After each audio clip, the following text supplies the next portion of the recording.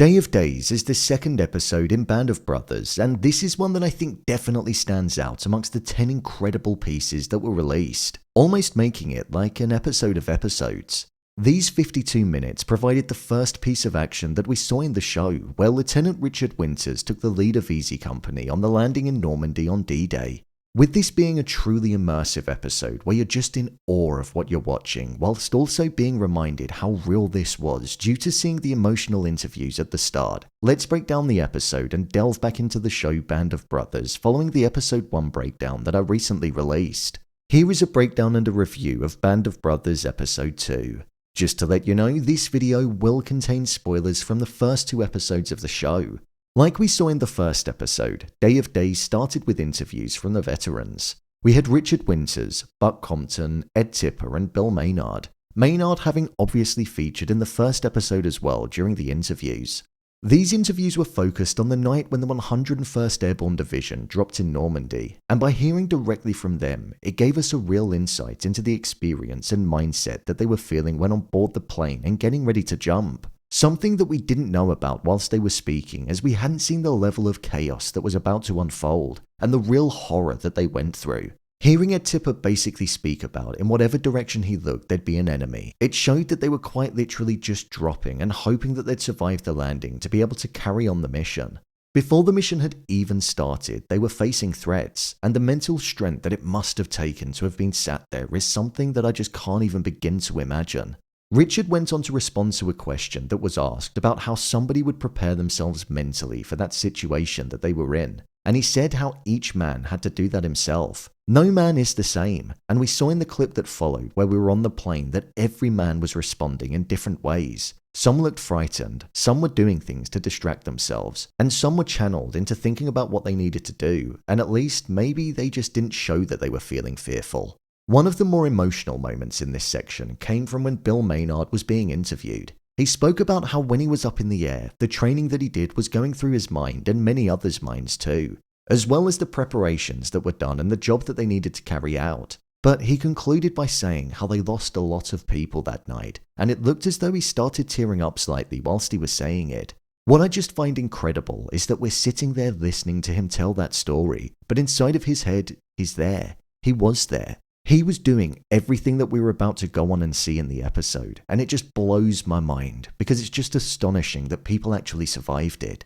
Having the interviews in the episode really allows the true heroes to get their moments of recognition, and for it to hit home even more that what we were about to watch was real, and the men that are sat there on our screen speaking went through it. It's a great creative choice that was made by the showrunner, and I think it adds to the storytelling in a real positive way, because throughout the episode you remember things that were said, such as the leg bag being disconnected, the red light illuminating and turning to green, and there being enemies everywhere, and you feel that sense of understanding because it comes directly from their mouths. This episode was kind of split into 3 sections. You had the first night in Normandy, which covered the drop on D-Day. There was then their time on the ground navigating through the night. And then we watched them during the day, where Easy took on the Germans in Brecourt, which were said to have 88s that were firing into the boys that were landing in on the beaches of Normandy, at the section which was referred to as Utah, so they needed to be stopped.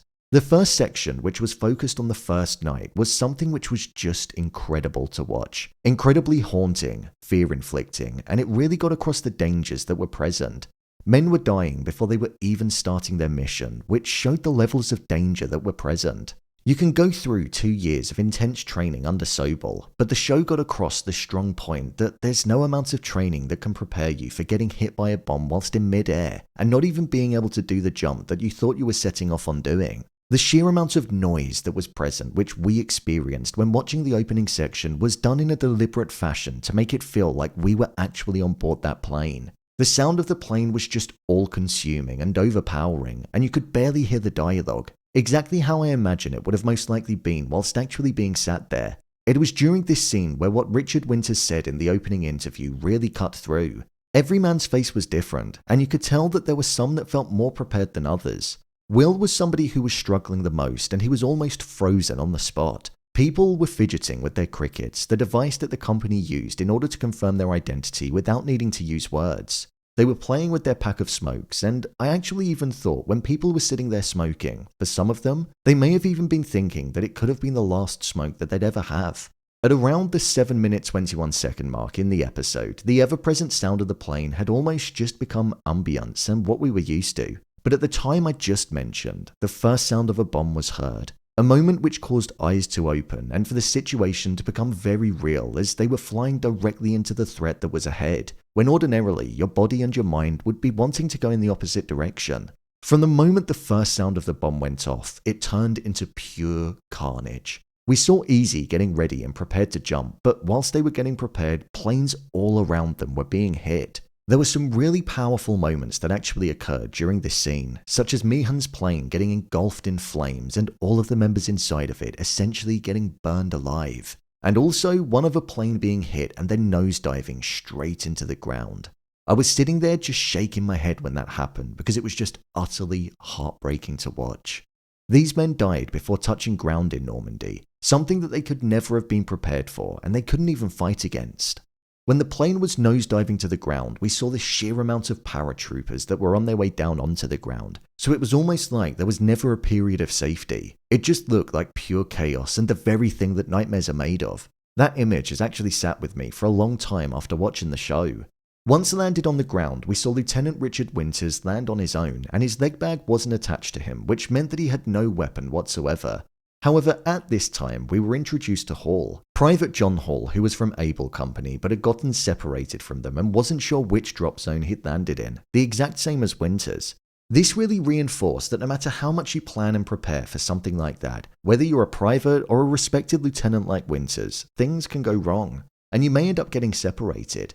It was never going to be smooth, and I feel this moment confirmed that.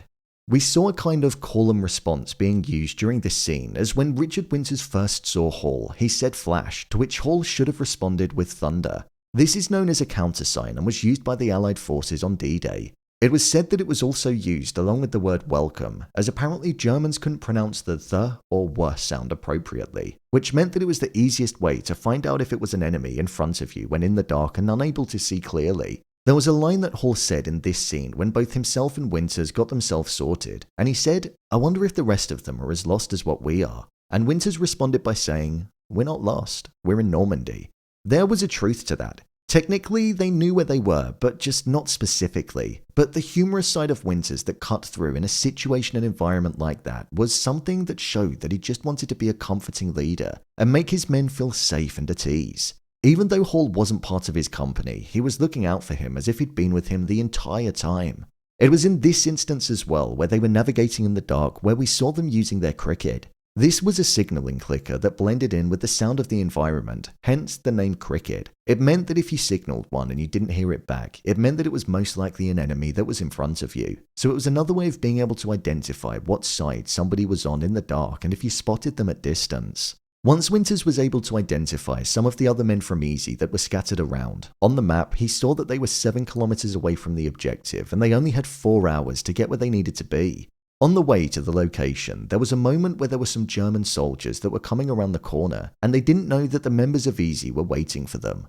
Winters didn't have a weapon at that time, and as the most senior one there, he took charge and wanted them to wait until his command before attacking. However, Garnier didn't wait and unleashed hell on them. Garnier didn't respect Winters in the same way that everybody else did, something which we first saw in episode 1 of the show, and that was also the case here. My guess would be that Garnier acted in this way because he almost saw this as a way of getting revenge for the death of his brother. Moments before he got on the plane to go up there, he found out that his brother was killed, and this was the first opportunity that he had to be able to take his anger out on the enemy, so that's how I kind of interpreted that scene. As the group were gaining ground and moving forward, they stumbled across a site where troopers in the Airborne Division had been killed. It was a farmhouse that was the location of the battle that occurred, and we saw the men take the supplies off of their comrades that had fallen. It seemed like McDowell was the most impacted by this, as he was just staring at the person that was stuck in the tree, killed before his feet had even touched the ground, and he was most likely trapped there, helpless, when he was picked off. This was the first time that these men saw their own men dead, and the look on McDowell's face really did capture that. The fear and the almost thought going through his head that it could quite literally be him finding a fate like that next. When they finally came across more men from the 101st, Malarkey walked past some Germans that had been captured and were being held as prisoners. In this instance, Malarkey got talking to one and found out that one of the German soldiers was actually from the United States and went back to Germany to fight on the side of the Germans. This was Volksdeutsche. The meaning of that word is German folk, and it referred to ethnic Germans living outside of Germany. This was a moment where we got a brief glimpse into seeing that the people that they were fighting were humans as well. I imagine they thought of the enemy as these people that were so far from themselves, but with Malarkey talking to one that was actually from the United States, he saw that they weren't all that different. That's not the case with all aspects of war, but in this small, brief, intimate encounter, they weren't all that different, born only miles away, but fighting on two different sides. Like I said, it's not that case for everything and everybody, but in the context of this conversation and this conversation only, Malarkey and the German soldier had something that was the same, something which meant that he wasn't just this figure in the distance that he was firing at. This was then when we saw the origin of the rumour that goes on to run throughout the entirety of the show. Lieutenant Spears offered the Germans a smoke, and we heard gunshots going off, starting the rumour of Spears being brutal in his approach of taking them out. We didn't see it, but we heard it, and we also saw Malarkey's facial response. With Winters meeting with Buck and with Meehan still being missing, it meant that Winters was the acting CO of Easy Company. 90% of the men were still unaccounted for, and there were only 12 men from Easy that were going to be partaking in the assault at Brecourt. Buck and Winters both said to each other that it was good to see one another. This was a moment that really stuck with me in this scene. We saw so much death and tragedy occurring before many of the men even made it out of the plane, and you could tell that the both of them were genuinely glad to see one another and to know that they both made it there in one piece. The task of taking out the Germans in Brecourt was done so that they could stop the boys that were landing in Utah from taking on heavy fire. They were under the impression that it was 88s that were being fired down onto the beach. 88s is also known as the 88mm flag, and it was one of the most famous weapons of the Second World War. They were mainly designed to be an anti-aircraft gun, but it was also known to be used for its anti-tank ability. As I mentioned, there were only 12 men from Easy Company that were involved in this, and they didn't know how many Germans they were going to be facing. What I loved about this was that it was the first strategic direct assault that we saw the group partake in. When you think that in another world, if Sobel hadn't have been promoted from the company, then it would have most likely been him that would have been there. And we saw how that went in the first episode in the training exercise, so the men most likely wouldn't have even followed him into battle. The purpose of this mission was to destroy the weapons that were being used to disrupt the landing of the men on Utah Beach. Sound played a massive part in highlighting the fear and danger that was present. There was constant gunfire, the sound of bombs going off, and also foreign languages being spoken, meaning that you just couldn't understand what the enemy was saying at all. I'd also say that the camera work and decision to have it close up and personal in the trenches whilst we were following Winters through it made the sense of claustrophobia feel even more present. The camera was shaking whilst they were running, and we were seeing them running through a swarm of bullets. Moments such as Buck dropping a grenade showed the inexperience in this instance, and that it was their first time partaking in an assault like this. During this assault, we saw that Popeye got wounded, and this was something that did actually happen in real life. Robert Wynne, who was also known as Popeye, was hit during the assault. At this time as well, John Hall, who we spent quite a bit of time with in the episode, was killed when he ran through the trench. This was a moment that was really sad to witness. He was young, and we went on a small journey with him throughout the short inclusion that he had. When Winters looked at him, you could see the upset yet numbness that he felt. This was the first casualty that he'd seen in this war from somebody that he knew and spoke with, and it was a moment where it just all became very real. There was also another moment like this, which was when Warrant Officer Andrew Hill was crawling with his head down, and when he lifted it to ask where the headquarters of the 506th PIR was, he was hit in the head and killed. Something again which showed just how life and death the environment is. One wrong move and it's all over. This was something which did also happen in real life too. During the assault, Easy Company was successful in disabling the weapons, and they also confused the Germans as they were firing over at the other side of the trench at their own men, showing that the plan was proving to be working well. Lieutenant Spears then arrived at the scene with reinforcement from Company D with the intention of completing the assault on the fourth and the final weapon that they were planning on destroying. During this moment, we saw the madman attitude that Spears had, which we go on to see the trait of throughout the show.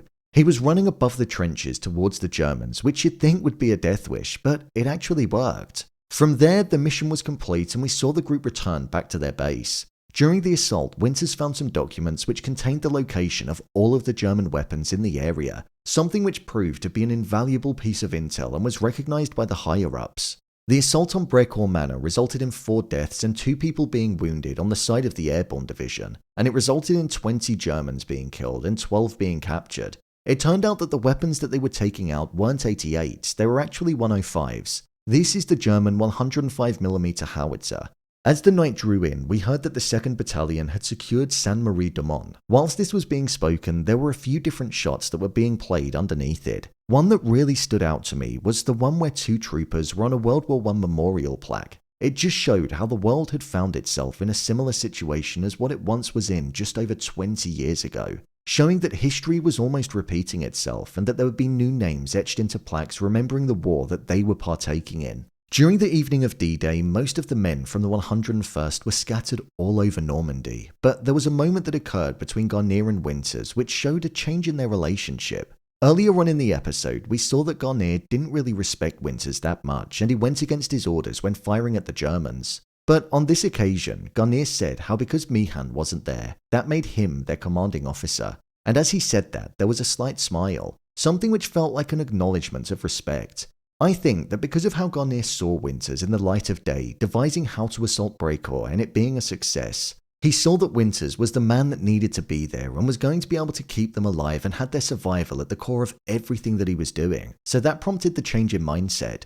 As the episode drew to a close, we saw that John Hall's death had impacted Winters. He was speaking with Nix and said how Hall was a good man, and then realised that he wasn't a man, he was just a boy, barely even old enough to buy a beer, showing the death that was being brought upon youngsters that were enlisting in the war, not having a chance at life because of the sacrifice that they were making. This mindset that he had was very similar to when he first landed with Hall. Even though they weren't part of the same company, he looked out for him and took him under his wing. Winters felt his death like he would have felt the death of any man that was in easy company, showing exactly the type of person that Winters was. The final shot that we had in the episode was of Winters looking out across the river at the orange glow lighting up the sky with the flames of the buildings being on fire due to the warfare that was taking place. He mentioned how he thanked God for seeing him through the day of days, and that he thought to himself that if he ever got home, he'd find a quiet piece of land someplace and spend the rest of his life in peace. Something which felt so far away and was quite literally the polar opposite to what was directly in front of us with what he was looking at. The episode then concluded with us seeing all of the awards and honours that were awarded to the men that partook in the Assault of Brecourt. Richard Winters earned the Distinguished Service Cross, which is the US Army's second highest military decoration for soldiers who display extraordinary heroism in combat with an armed enemy. We also saw that Easy Company's capture of the German battery became a textbook case of an assault on a fixed position, and it's still taught in the US Military Academy at West Point today, showing just how important that mission was for a number of different reasons. The Purple Hearts that were awarded were left off of this list, which went to Popeye as he was wounded in action, John Hall as he was killed in action, and also Rusty as he was killed in action.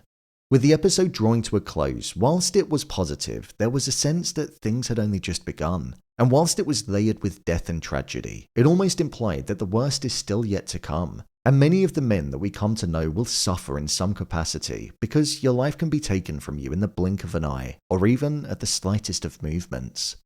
My review of the episode. This is hands down one of the best episodes in the entirety of Band of Brothers. All of them are so good, but this second episode is just an immersive experience that really makes you feel fearful for them. When I think about the interviews that occurred at the start of the episode after I've watched it, I genuinely don't know how those men did it. Survived what we saw being depicted on screen. It's just incredible. I thought Winters having the focus in this episode was a good way of properly introducing us to the heroic figure, and us seeing the intelligence that he has when it comes to being a leader whilst also having everybody's lives at the core of every decision that he made. The sound was something that really stood out to me in this episode, whether it be the sound of the planes, the score in the background, or the difference the sound had during the ending of the episode compared to the beginning. We hadn't heard warfare in the show, and you can pinpoint the exact moment that we did for the first time, and from there, it just didn't stop. What once would have been a noise at the forefront and was for us when the episode first started, it became a haunting background. The clear divided structure that this episode had from being in the plane till landing in Normandy to then having the assault on Brecourt, it made the pacing of it feel just right. What this show manages to do with its pacing is capture the feel of it being real. Obviously, it is, but we spend time with them just walking and wandering, which not only allows us to learn more about these people, but it allows us to see real encounters between them, contributing to the people feeling like human beings and not just pen to paper. This is one of my favourite episodes, and I'll tell you now, episode 3 is also a good one too. Bastogne Episode 6 is also one of my favourites, and I'm really looking forward to doing a deep dive on that one, but there's a few episodes I've got to get through before I get to revisit that one again. If you enjoyed this breakdown of Episode 2, then don't worry, Episode 3 will be on the way in the next couple of days. I'm trying to cover a couple of episodes of Band of Brothers in the space of a week, so you don't have too long to wait for them. If you want to watch Episode 1, then the playlist's in the top corner now, and it's also over on the channel. If you've been watching Masters of the Air and are looking for breakdowns on that show, then I've also been covering every episode of that from the start, so feel free to click on that playlist in the corner too. All I'm missing is the Pacific. Maybe I'll move on to that next. Let me know if you'd like to see breakdowns on that show. Thanks for tuning into the video. I'm really enjoying delving back into the show as it's a classic, and it's one that hasn't been forgotten with time, nor do I think it ever will be. Cheers for watching, and I'll see you in the next one.